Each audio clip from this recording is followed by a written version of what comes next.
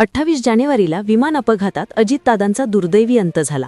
अचानक झालेल्या घटनेने संपूर्ण महाराष्ट्राला पहिला मोठा धक्का बसला होता.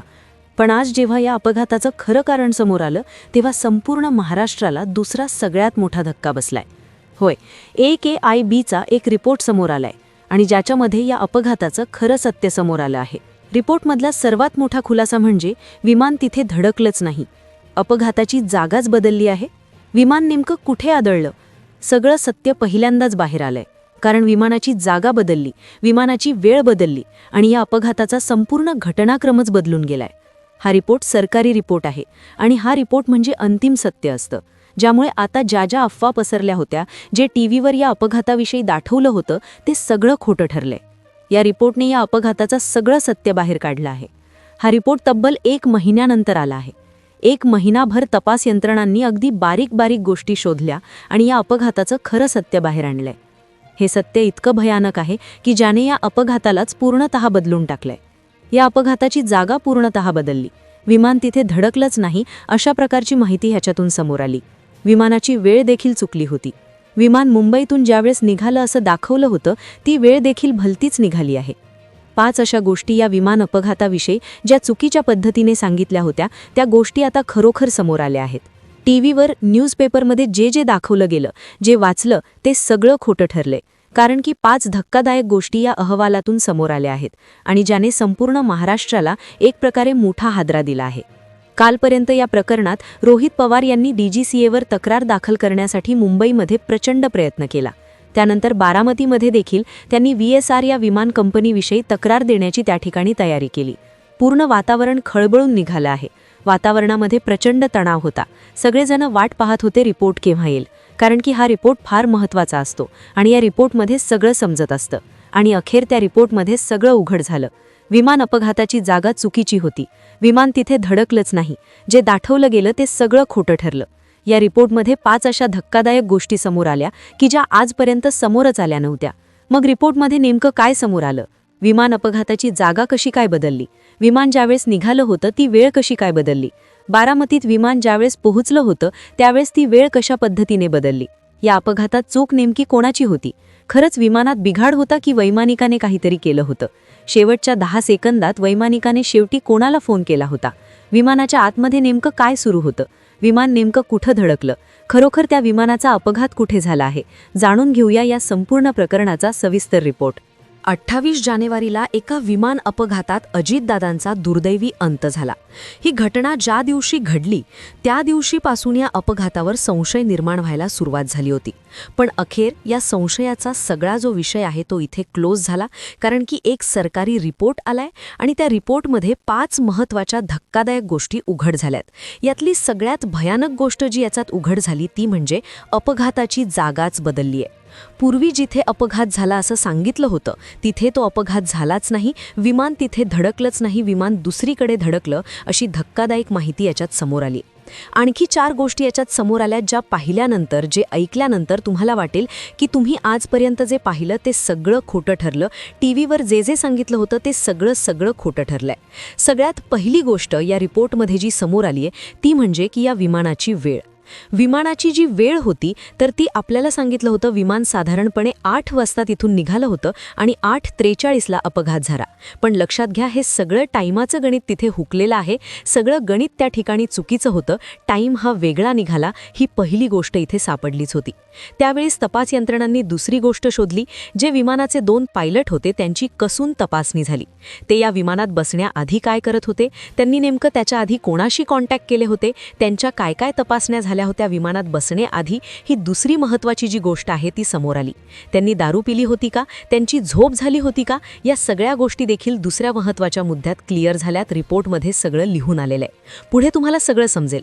तिसरा महत्त्वाचा मुद्दा जो सगळ्यात महत्त्वाचा आहे तो म्हणजे तुम्हाला माहीत आहे की याच्यामध्ये एक शंका होती की विमानामध्ये 6 जण बसले होते, मग 5च मृतदेह कसे सापडले? तर हा महत्त्वाचा मुद्दा देखील चेक करण्यात आलाय आणि त्यावर देखील 100% खरी माहिती आता याच्यात उघड झालेली आहे. चौथा मुद्दा हा अतिशय भयानक आहे, जो म्हणजे विमानाची जागा बदलली. विमान अपघात जिथे झालाय, विमान जिथे धडकलं ते वेगळंच होतं, पण विमान ही दुसरीकडे धडकलं होतं, विमान दुसरीकडेच आदळलं होतं, पण दाखवलं वेगळं गेलं. ही सगळ्यात महत्त्वाची गोष्ट त्याच्यात उघड झाली. आणि 5वी गोष्ट की शेवटचा कॉल. विमानामधून शेवटचा कॉल कोणाला गेला, विमान पडण्याआधी फोन कोणाचा होता, या सगळ्या गोष्टी उघड झाल्यात. 5 गोष्टी टप्प्याटप्प्याने आपण समजून घेतोय की ज्यामधून तुम्हाला या अपघाताच्या सगळ्या ज्या बाबी आहेत तर त्या क्लिअर होणार आहेत. पण 4थी आणि 5वी गोष्ट सगळ्यात भयानक आहे, कारण की विमानाची अपघाताची जागा कोणती होती हे सगळं तुम्हाला समजणार आहे आता. पहा, जसं आपल्याला माहीत आहे की 28 जानेवारीला अपघात झाला. संपूर्ण महाराष्ट्र धक्क्यात होता, पण सगळ्यांना वाटत होतं हे खरं काय, याच्या मागचं सत्य काय. सगळ्यांना शोधायचं होतं आणि अखेर ते सत्य समोर आलं. पहा, तपास यंत्रणांनी सगळ्यात आधी विमानाचा तपास करायला घेतला, कारण की रोहित पवार असतील किंवा इतरही आमदार असतील किंवा इतरही लोक असतील तर सगळ्यांना त्या विमानावर मोठा संशय येत होता. विमान चांगलं होतं का, विमान खराब होतं तर का दिलं, तर सगळ्यात आधी विमानाचा तपास सुरू झाला. विमानात बिघाड होता की विमानात बिघाड केलेला होता, अशा प्रकारचा पहिला तपास झाला. मग पहिला मुद्दा जो रिपोर्टमधला आहे तो म्हणजे की तपास यंत्रणांनी विमानाचे पहिल्यांदा झाडेझडती घेतली. सर्वांना वाटत होतं की विमानात काहीतरी तांत्रिक बिघाड असेल, पण रिपोर्टमध्ये काय आलं, हे विमान 26 जानेवारीला मुंबई सुरत मुंबई असा प्रवास करून आलं होतं. 27 तारखेच्या मध्यरात्री जेव्हा ते मुंबईत उतरलं तेव्हा वैमानिकांनी लिहून दिलं होतं की विमानात कोणताही बिघाड नाही. तपासणीतही विमान एकदम ओके होतं. मग प्रश्न पडतो, जर विमान चांगलं होतं तर मग ते कोसळलं कसं, की यामागे दुसरं काही कारण होतं? हे जाणून घेण्यासाठी तपास यंत्रणा वळल्यात दुसऱ्या महत्त्वाच्या मुद्द्याकडे, पायलटची अवस्था. या अपघातानंतर सर्वात मोठा आरोप झाला होता की मुख्य वैमानिक कॅप्टन सुमित कपूर यांना दारूचं व्यसन होतं. रोहित पवारांनीही हा मुद्दा लावून धरला होता, पण सरकारी रिपोर्टने यावर शिक्कामोर्तब केलंय. तपासात समोर आलं की उड्डाणापूर्वी दोन्ही पायलट्सची ब्रेथ ॲनालायझर टेस्ट, दारूची तपासणी झाली होती आणि त्याचे व्हिडिओ रेकॉर्डिंग सुद्धा आहे. दोघांचाही रिपोर्ट नेगेटिव्ह आला होता. इतकंच नाही तर कॅप्टन सुमित यांनी 34 तास आणि कॅप्टन शांभवी यांनी 9 दिवस विश्रांती घेतली होती. म्हणजे पायलट नशेतही नव्हते आणि थकलेलेही नव्हते. आता सस्पेन्स वाढला होता. विमान नीट होतं, पायलट शुद्धीवर होते, मग नेमकं चुकलं कुठे? उत्तर दडलं होतं वेळेच्या खेळात. आपल्याला आजवर सांगितलं गेलं की विमान एका ठराविक वेळी निघालं, पण रिपोर्ट सांगतो विमानाची खरी वेळ भलतीच होती. 8:05 मुंबईतून उड्डाण झालं, 8:19 बारामतीशी संपर्क झाला, पण खरी गडबड झाली 8:31. पायलटने विचारलं, समोरचं किती दिसतंय, ज्याला व्हिजिबिलिटी म्हणतात. समोरून उत्तर आलं, फक्त 3 किलोमीटर. मित्रांनो, नियम सांगतो की किमान 5 किलोमीटर दिसल्याशिवाय विमान उतरवू नये. तरीही त्या धोक्याच्या वेळेत विमान उतरवण्याचा प्रयत्न झाला. हा अट्टहास कोणी केला की त्यांना चुकीची माहिती दिली गेली. आता आपण त्या टप्प्यावर आलोय जिथे काळजाचा थरकाप उडतो. तपास यंत्रणांनी जेव्हा ब्लॅक बॉक्स तपासला तेव्हा त्यांना काहीतरी भयानक सापडलं. 8:36 पायलटने एकदा उतरण्याचा प्रयत्न केला, पण जमलं नाही. त्याने विमान पुन्हा वर घेतलं. दुसऱ्यांदा प्रयत्न करताना 8:44:13 वैमानिकाच्या तोंडातून शेवटचे शब्द आले, ओ शिट, ओ शिट. आणि त्यानंतर संपर्क कायमचा तुटला. वैमानिकाने कोणाला तरी संपर्क करण्याचा प्रयत्न केला होता का? विमानाच्या आत नेमकं काय सुरू होतं हे शोधताना तपास यंत्रणा एका अशा जागी पोहोचल्या जिथे आजवर कुणीच गेलं नव्हतं. आता येतो या व्हिडिओचा सर्वात महत्त्वाचा आणि धक्कादायक भाग. टीव्हीवर आपल्याला दाखवण्यात आलं की विमान रनवेवर किंवा त्याच्या अगदी जवळ आदळलं, पण AAIBच्या रिपोर्टने हा दावा 100% खोटा ठरवलाय. विमान तिथे धडकलंच नव्हतं. रिपोर्टनुसार धावपट्टीच्या डाव्या बाजूला सुमारे 50 मीटर अंतरावर एक वेगळीच घटना घडली. विमान जमिनीवर आदळण्यापूर्वी ते आधी मोठ्या झाडांना धडकलं. होय, झाडांमध्ये विमान अडकलं, तिथेच त्याचे तुकडे झाले आणि त्यानंतर ते खाली कोसरून त्याने पेट घेतला. म्हणजे विमान थेट जमिनीवर पडलं नसून ते आधी झाडांवर कोसळलं होतं. ज्या जागेचा व्हिडिओ टीव्हीवर दाखवला गेला तो तर फक्त विमानाचा ढिगारा होता, पण मुख्य अपघात जिथे झाला ती जागा कुणालाच माहीत नव्हती. बारामती विमानतळावर अग्निशामक गाडी नव्हती, धावपट्टीची अवस्था खराब होती आणि चुकीच्या माहितीमुळे हे विमान झाडांमध्ये जाऊन अडकलं. तर मित्रांनो, हा होता तो सरकारी रिपोर्ट, ज्यामध्ये जागा बदलली, वेळ बदलली आणि संपूर्ण सत्यच बदलून गेलं. लो व्हिजिबिलिटी, खराब रनवे आणि शेवटच्या क्षणी झालेल्या धावपळीमुळे महाराष्ट्राने आपला एक मोठा नेता गमावला. मित्रांनो, आता आपण या टप्प्यावर आलोय जिथे काळजाचा थरकाप उडतो. तपास यंत्रणांनी जेव्हा विमानाचा ब्लॅक बॉक्स आणि कॉकपिट व्हॉइस रेकॉर्ड तपासला तेव्हा त्यांना काहीतरी असं भयानक सापडलं जे ऐकून अंगावर शहारी येतात.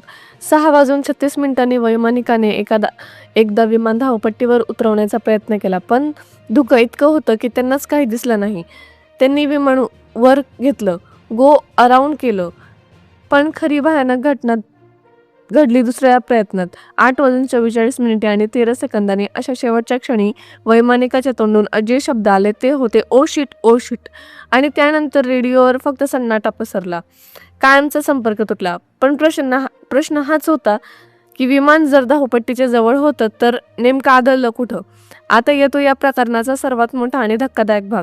टीव्हीवर, न्यूज चॅनलवर आपल्याला काय दाखवण्यात आलं की विमान रनवेवर किंवा त्याच्या अगदी जवळ आदळलं, पण AAIBच्या या अधिकृत सरकारी रिपोर्टने हा दावा 100% खोटा ठरवला आहे. विमान तिथे धडकलंच नव्हतं. रिपोर्टनुसार बारामती धावपट्टीच्या डाव्या बाजूला सुमारे 50 मीटर अंतरावर एक वेगळीच भयानक घटना घडली. विमान जमिनीवर आदरण्यापूर्वी ते आधी तिथल्या प्रचंड मोठ्या झाडांना धडकलंय. होय, तुम्ही बरोबर ऐकताय, झाडांमुळे विमान अडकलं. तिथेच त्याचे तुकडे झाले आणि इंधनाची टाकी फुटून तिथेच विमानाने पेट घेतला. म्हणजे जे अवशेष आपल्याला टीव्हीवर दाखवले होते ती जागा फक्त विमानाचा ढिगारा पडलेली होती, पण मुख्य अपघाताची जागा ती झाडं होती. तिथे विमानाचा चकनाचूर झाला.